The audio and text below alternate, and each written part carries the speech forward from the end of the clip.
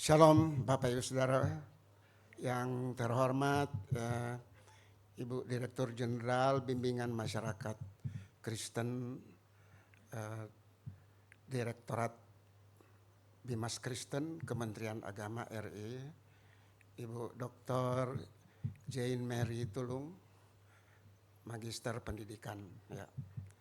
Yang terhormat pimpinan yayasan, pimpinan STT, ketua, semua dosen, semua undangan yang hadir di sini. Saya akan membawakan orasi ilmiah tetapi sekaligus sebagai renungan firman, karena itu bedanya dengan STT dengan perguruan tinggi umum. Kalau perguruan tinggi umum itu orasi ilmiah, ya. Kalau di STT seharusnya khotbah, tetapi karena perguruan tinggi harus ilmiah, sehingga ini sudah gabungan orasi ilmiah yang renungan firman Tuhan juga. Karena itu kita berdoa, mohon pimpinan Tuhan. Kita berdoa. Kami bersyukur Tuhan untuk kesempatan yang indah. Kami sudah ada dalam acara wisuda ke-19 STT Stoya Malang. Kami percaya Tuhan yang sudah memimpin ST ini sampai pada wisuda sekarang ini. Saat ini kami akan mengikuti pembacaan orasi ilmiah sekaligus perenungan firman. Biarlah Tuhan menolong setiap kami untuk bisa mengerti apa yang disampaikan, begitu juga hamba-Mu dapat mengungkapkannya dengan baik sehingga apa yang disampaikan boleh jadi berkat bagi setiap kami. Kami serahkan ini dalam pimpinan Tuhan. Dalam nama Yesus kami berdoa dan mengucap syukur. Amin. Ya.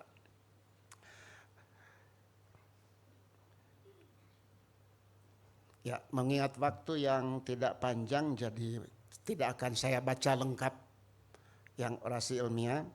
Dan ini orasi ilmiah wisuda 19 2024 STT Stoya Malang yang saya beri judul Biblical Perspective on Artificial Intelligence AI, atau mungkin kita lebih mudah menyebut AI lah ya, daripada AI mungkin selesai. AI. Ya. Karena ini perspektif Alkitabiah, sehingga saya berikan ayat-ayat firman Tuhan yang merupakan terang untuk melihat artificial intelligence ini. Ya. Artificial intelligence atau kecerdasan buatan telah membawa adanya isu-isu keagamaan dan moral.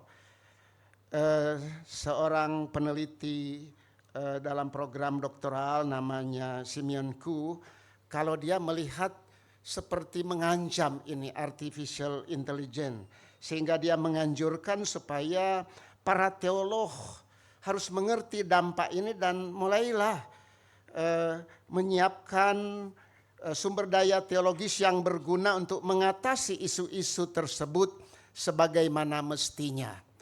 Tapi saya lihat di pihak lain ada Triwahyudi yang dia melihat sisi positifnya.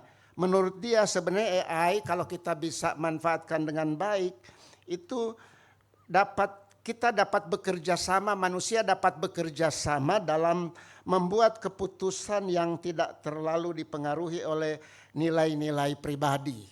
Nah, sehubungan dengan itu sehubungan dengan tema dari wisuda ini, Doing Greater Than Before, yang berdasarkan Yohanes 14 ayat 12-13, tulisan ini, orasi ilmiah ini saya berikan tema Biblical Perspective on Artificial Intelligence, atau sudut pandang Alkitab secara Alkitabiah tentang apa yang ditakuti orang sekarang ini. Ya.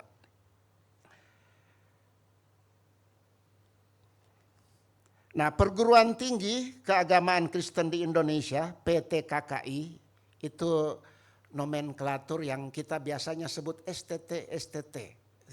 Tapi di Kementerian Agama kita sudah beri nama Perguruan Tinggi Keagamaan Kristen di Indonesia, karena termasuk yang di pemerintah itu tidak bunyi STT, misalnya IAKN, bukan STT, sehingga ini disebut PTKKI, Perguruan Tinggi Keagamaan Kristen di Indonesia. Nah, termasuk STT Stoya Malang ke depan dapat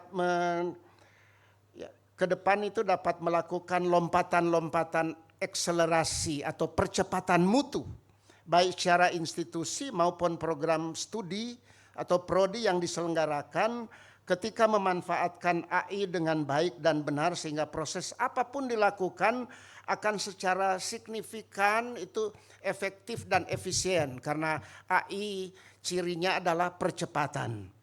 Nah, bagaimana AI itu dalam terang Alkitab? Pasal pertama kitab Kejadian mencatat informasi yang sangat jelas dan pasti bahwa Allah menciptakan manusia menurut gambarnya. Kejadian 1 ayat 26 sampai 27. Yang gambar itu menunjuk pada kemampuan berpikir, kemampuan mencipta, kemampuan bernalar. Ya, memang kemampuan AI untuk menerima kecerdasan dan kemampuan manusia menimbulkan pertanyaan yang berhubungan dengan Tuhan sebagai pencipta. Nah, dari terang firman Tuhan kita bisa melihat bahwa hikmat itu merupakan pengetahuan tertinggi manusia. Bagaimana ditemukan atau mendapatkan hikmat itu melalui pencarian, pengetahuan dan kepandaian, pemahaman dari Allah. Saya kutip Amsal 2 ayat 6, karena Tuhanlah yang memberikan hikmat. Dari mulutnya datang pengetahuan dan kepandaian. Jadi jadi pengembangan dan penggunaan AI itu memerlukan hikmat dan kebijaksanaan agar tidak digunakan untuk tujuan-tujuan yang tidak benar. Nah, selanjutnya saya mau coba ungkapkan bagaimana pola pandang kitab suci Alkitab berhubungan dengan AI itu. Kitab suci Alkitab memiliki pola pandangan yang benar dan tak terbantahkan. Artinya kalau AI itu menyampaikan yang berbeda dari Alkitab, pasti Alkitab yang benar, ya. Mengenai hikmat dan pengetahuan, kemanusiaan dan ciptaan, tanggung jawab dan akuntabilitas manusia yang akan saya ungkap berikut ini. Pertama, mengenai hikmat dan pengetahuan. Saya kutip Amsal 9 ayat 10, permulaan hikmat adalah takut akan Tuhan dan mengenal yang Maha Kudus adalah pengertian. Mesin cerdas AI tidak memiliki permulaan takut akan Allah. Mesin cerdas yang AI itu nggak ada tuh takut akan Allah. Ya. Sehingga kalau pengetahuan itu datang dari takut akan Allah, hikmat yang tertinggi, pasti AI sehebat apapun tidak akan mengalahkan manusia. Dan manusia memiliki rasa sehingga hikmat dan pengetahuan mesin cerdas AI hanya berdasar input data dari manusia, bukan dasar dari Alkitab. Sumber hikmat dan pengetahuan yang supernatural. Kalau Alkitab itu sumber hikmat pengetahuan yang di atas dari hikmat tertingginya manusia, sehingga disebut supernatural. Hikmat berdasar takut akan Allah dan pengetahuan atau pengertian berdasar pengenalan akan Allah yang Maha Kudus. Betapapun canggihnya mesin cerdas AI, karena hanya merupakan mesin cerdas buatan manusia, maka tetaplah pada batas natural, ya, bukan tidak bisa menembusi supernatural. Jadi tidak mungkin melebihi hikmat dan pengetahuan manusia yang diperoleh dari Allah. Manusia yang memberi input data sistem tersebut, dan dengan algoritma mesin cerdas AI memproses data untuk penalaran otomatis, ya, menuju eksekusi pengambilan keputusan yang otomatis juga. Cepat gitu, langsung dapat jawabannya. Nah, saya coba eksegesis dari Alkitab soal hikmat. Hikmat itu berasal dari kata asli bahasa Ibrani Perjanjian Lama, yaitu hakmah, ya. Itu kalau kita lihat pengertian penggunaan di Alkitab itu bisa bicara skill, bisa bicara pengalaman, yang bisa pengetahuan baik. Pokoknya kalau disimpulkan itu berbicara tentang pengertian secara umum berhubungan dengan keterampilan teknis, bakat, pengalaman, akal sehat, politik, kebijaksanaan duniawi, hikmat Israel, hikmat Allah, hikmat yang dipersonifikasikan. Itu penggunaan hikmat hakmah di Alkitab. Ya. Nah, istilah pengertian, hikmat dan pengertian, ya, itu berasal dari bahasa asli Perjanjian Lama Ibrani, itu binah yang berarti ya insight dan seterusnya. Kalau kita simpulkan itu berbicara tentang pengertian dan pengetahuan yang digunakan, pengertian pengetahuan yang berhubungan dengan wawasan, memperoleh wawasan dan kata-kata yang bermakna. Jadi hikmat pengetahuan manusia bersumber dari Allah, ditentukan oleh sejauh mana eratnya manusia berhubungan dengan Allah, Allah Tuhannya.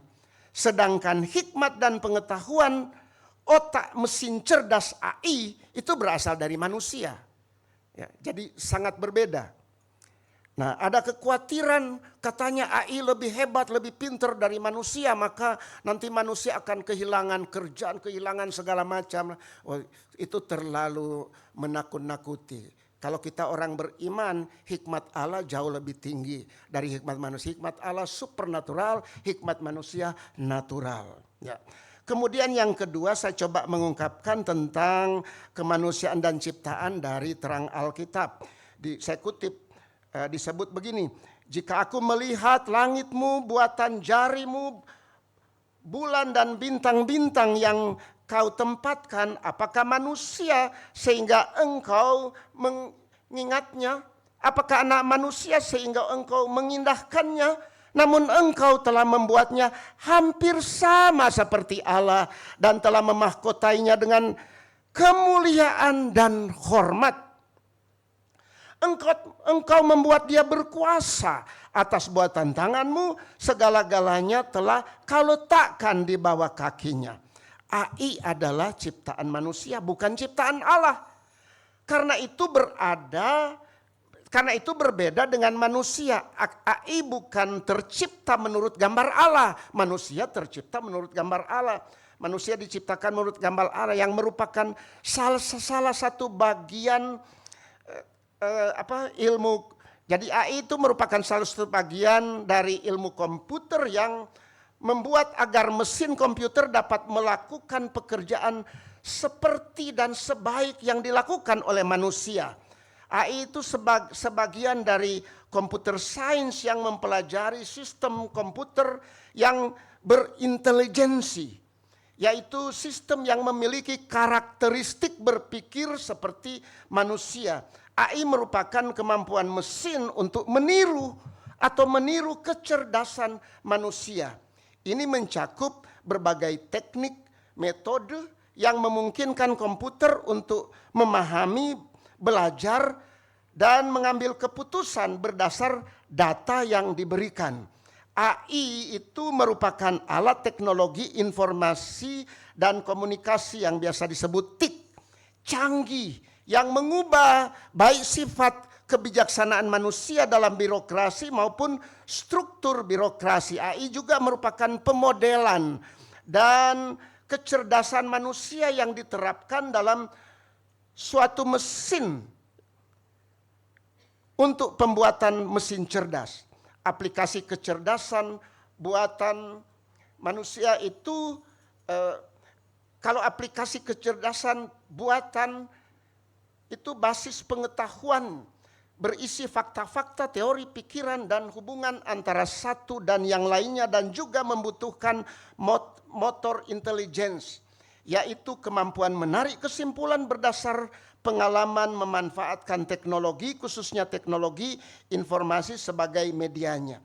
Jadi bagaimanapun canggihnya kecerdasan buatan AI itu, karena hanya merupakan mesin cerdas buatan manusia, maka tetaplah pada batas natural. Tidak mungkin melebihi kemampuan bahkan hakikat manusia yang adalah pencipta dan pemberi data sistem tersebut pada mesin AI. Manusia diciptakan oleh Allah, pencipta yang memiliki hikmat dan pengetahuan supernatural, sehingga hikmat manusia melampaui hikmat mesin cerdas buatan manusia. Allah memberi mahkota kemuliaan kepada manusia ciptaannya. Pemazmur mengungkapkannya dalam Mazmur 8 ayat 3 dan 6, khususnya pada ayat 5 ada klausa di situ disebut, engkau telah membuatnya hampir sama seperti Allah. Itu adalah terjemahan dari bahasa Ibrani yang saya sebut di sini klausanya, yaitu watuha surehu mumuat me Elohim. Ya, itu kalau secara harafiah ikuti katanya diterjemahkan, dan engkau telah membuatnya kurang sedikit dari Allah. Terjemahan Lembaga Alkitab hampir sama dengan Allah. Bayangkan kehebatan hikmat manusia itu dari Allah kurang sedikit. Tidak mungkin AI bisa menyamai yang kurang sedikit dari Allah itu. Ya. Nah, kalau saya lihat dari penggunaan secara gramatika dengan bahasa Ibrani yang disebut verb piel verb, kemudian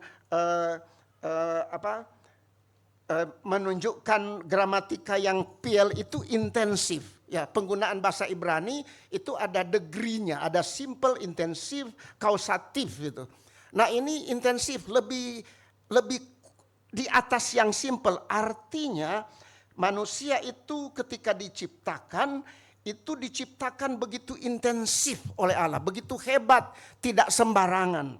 Ya, jadi sehubungan dengan temuan secara sintaks dari analisis Ibrani ini, saya coba ungkapkan bahwa sungguh sebenarnya AI itu dalam kuasa manusia. Nah, sebagai implikasi dari temuan analisis gramatika itu, dalam biblical perspektif tentang AI, itu mengungkapkan bahwa AI hanyalah mesin cerdas buatan manusia, yang manusia itu sendiri adalah buatan intensif sebegitu rupa oleh Allah. Otak mesin cerdas AI mungkin memiliki kemampuan hikmat pengetahuan melampaui kemampuan otak manusia, yang tidak mungkin karena otak manusia terbuat hanya sedikit kurang dari Allah. Diciptakan menurut gambar rupa Allah. Manusia dapat menyelesaikan berbagai masalah bukan hanya karena manusia memiliki otak yang mampu menalar dan menganalisa, tapi juga manusia memiliki basis data. Kemampuan mesin cerdas AI hanya dapat melakukan proses pembelajaran, penalaran, rasional, merespon dan bahkan mengoreksi diri sendiri berdasarkan input informasi algoritma yang ditetapkan, yang dimasukkan input oleh manusia. Kehadiran dan pengembangan mesin cerdas sebenarnya bisa membantu manusia bekerja, mengambil keputusan, menyelesaikan masalah dengan cepat, termasuk tanggung jawab kita sebagai perguruan tinggi keagamaan Kristen Indonesia yang kalau STT Stoya memberi tema Doing Greater Than Before. Dan terakhir saya coba mengungkapkan tentang tanggung jawab dan akuntabilitas. Saya ambil dari Roma 14 ayat 12. Demikianlah setiap orang di antara kita akan memberi pertanggungan jawab tentang dirinya sendiri kepada Allah. Inti dari yang saya mau sampaikan di sini, semua pembuat AI harus ngerti. Jadi jangan dia buat lalu kemudian melupakan pencipta. Ya, dia harus bertanggung jawab, jadi jangan salah menggunakan. Para pengembang dan pengguna AI setiap orang tidak terkecuali memiliki tanggung jawab dalam hal mempertimbangkan implikasi etis dan potensinya. Ya, secara akuntabilitas harus transparan tentang segala aktivitas di mata semua manusia yang berkepentingan. Konteks dari Roma 14 ayat 12 berbicara tentang bagaimana manusia sebagai makhluk sosial yang seorang dengan yang lain berhubungan dan saling membutuhkan, sehingga perlu pertimbangan etis atau untuk segala apapun yang dilakukan atau diciptakan, termasuk AI. Rasul Paulus menulis, sebab tidak ada seorang pun di antara kita yang hidup untuk dirinya sendiri. Klausa disebut kita akan memberi pertanggungjawaban. Kalau mengungkapkan di sini itu menunjukkan bahwa secara gramatika menunjukkan modus kata kerja yang menunjukkan harus terjadi di masa depan. Tidak mungkin tidak memberi pertanggungjawaban. Jadi semua harus tahu, siapapun kita yang mengembangkan AI harus tahu untuk akan mempertanggungjawabkan di hadapan Allah. Nah, bagaimana AI dengan iman? AI adalah sistem yang dapat membantu orang percaya dalam pertumbuhan iman, tapi sebaliknya dapat juga menjadi ancaman.